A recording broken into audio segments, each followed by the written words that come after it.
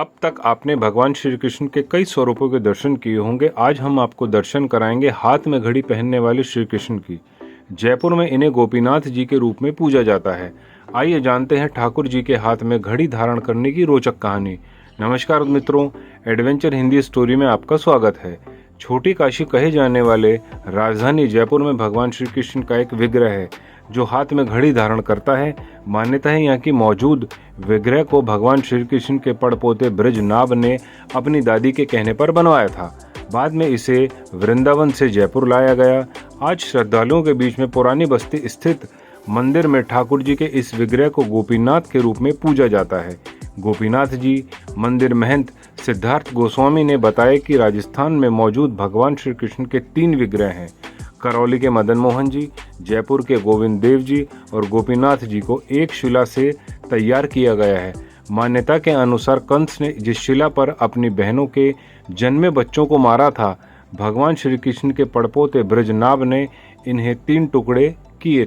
इससे जो पहला विग्रह बना वो मदन मोहन जी का था। वे वर्तमान में करौली में हैं, जिनके चरण ठाकुर जी से मिलते हैं। दूसरा विग्रह गोपीनाथ जी से मिलता है, वर्तमान में जयपुर के पुरानी बस्ती में मौजूद हैं। इनके वक्षस्थल और भुजाएं ठाकुर जी के समान है।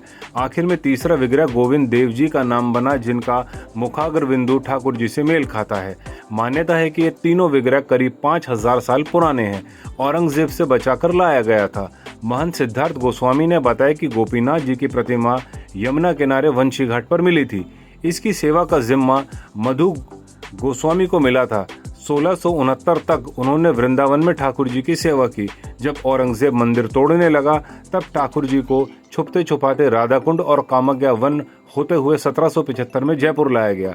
गोपीनाथ जी पहले जोरावर सिंह गेट स्थित नेशनल आयुर्वेद कॉलेज के स्थान पर 17 साल विराजे और 1792 में पुरानी बस्ती स्थित इस इमारत में लाया गया। ठाकुर जी की धड़कन से चली घड़ी। महंत ने बताया कि उनके दादाजी जब सेवा का कार्य करते थे, तब एक पल से चलने वाली घड़ी ठाकुर जी को धारण कराई जाती थी। ये सही वक्त बताती थी और बताया जाता है कि आज़ादी से पहले एक अंग्रेज आया था और उसका कहना था कि यदि ठाकुर जी में प्राण है तो ये घड़ी धड़कन से चलेगी।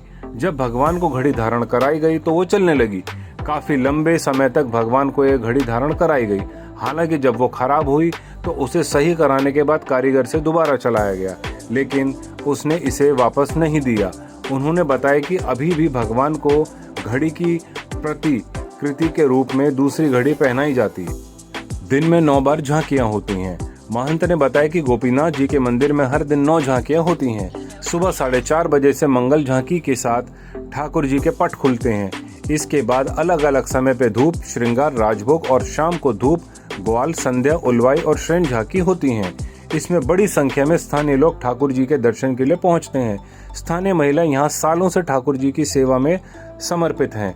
श्रद्धालु कन्हैया लाल ने बताया कि उनके दादा परदादा यहाँ आते रहे हैं। उनका मानना है कि भगवान ने से जो भी मन्नत मांगी उन्हें वो मिला। वो यहाँ नियमित आकर भगवान के दर्शन करके ठाकुर जी के नाम की माला फेरते हैं।